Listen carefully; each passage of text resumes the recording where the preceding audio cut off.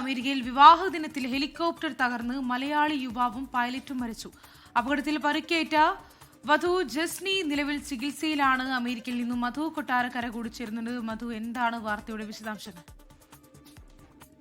അമേരിക്കയിലെ ജോർജിയയിലെ വിവാഹ ദിനത്തിലാണ് ഹെലികോപ്റ്റർ തകർന്ന് മലയാളി ഉൾപ്പെടെ 2 പേർ മരിച്ചത്.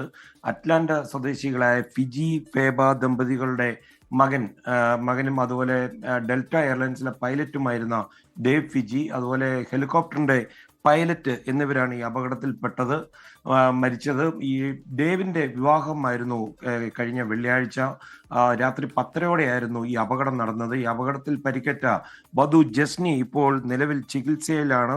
ഇതിന്റെ കൂടുതൽ വിവരങ്ങൾ ഇപ്പോൾ ലഭ്യമല്ല. പക്ഷേ ഈ വിവാഹ ചടങ്ങുകൾക്ക് ശേഷം ഈ വധൂവരന്മാർ സഞ്ചരിച്ച റോബിൻസൺ R66 എന്ന ഹെലികോപ്റ്റർ ജോർജിയയിലെ ഡോസൺ കൗണ്ടിയിലാണ് തകർന്നു വീണത്. മോശം കാലാവസ്ഥയാണ് അപകടത്തിന് കാരണമായതെന്നാണ് പ്രാഥമിക നിഗമനം.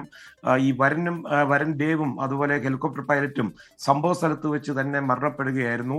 പരിക്കേറ്റ വധു ജസ്നിയെ ആശുപത്രിയിലേക്ക് മാറ്റുകയുണ്ടായി. പക്ഷേ ഇതൊരു കാലാവസ്ഥാ പ്രശ്നം കാരണം മരത്തിൽ ഇടിക്കുകയും അങ്ങനെയാണ് ഹെലികോപ്റ്റർ തകർന്ന് താഴെ വീണത്. പക്ഷേ ഏതാണ്ട് 5 മണിക്കൂറോളം ജസ്നി ബോധരഹിതയായി കിടന്നു. പിന്നീട് ബോധം വീണപ്പോൾ ആൾക്കാരെ അറിയിക്കുമ്പോഴാണ് ഇവരെ രക്ഷപ്പെടുത്തി ആശുപത്രിയിലേക്ക് മാറ്റിയത്. മൂവാറ്റുപുഴയിൽ നിന്ന് വർഷങ്ങൾക്ക് മുമ്പ് അമേരിക്കയിലേക്ക് കുടിയേറിയ കടുവാക്കുഴിയിൽ ഫിജി ജോർജ് അതുപോലെ ഫേബ ഫിജി ദമ്പതികളുടെ മകനായിരുന്നു ഈ മരിച്ച ദേവ്. അതുപോലെ തലവടി ചുടുക്കാട്ടിൽ ജസ്മിൻ വില്ലയിൽ സാം ഉമ്മൻ ഷീല സാം ദമ്പതികളുടെ മകളാണ് പരിക്കേറ്റ ജസ്നി സാം. 2 കുടുംബങ്ങളും വർഷങ്ങളായി US-ലായിരുന്നു താമസം. ശരി മധു, എന്തായാലും അമേരിക്കയിൽ നിന്ന് വളരെ സങ്കടകരമായ വാർത്തയാണ്. വിവാഹ ദിനത്തിലാണ് ഇങ്ങനൊരു അപകടവും മരണവും ഉണ്ടായിരിക്കുന്നത്.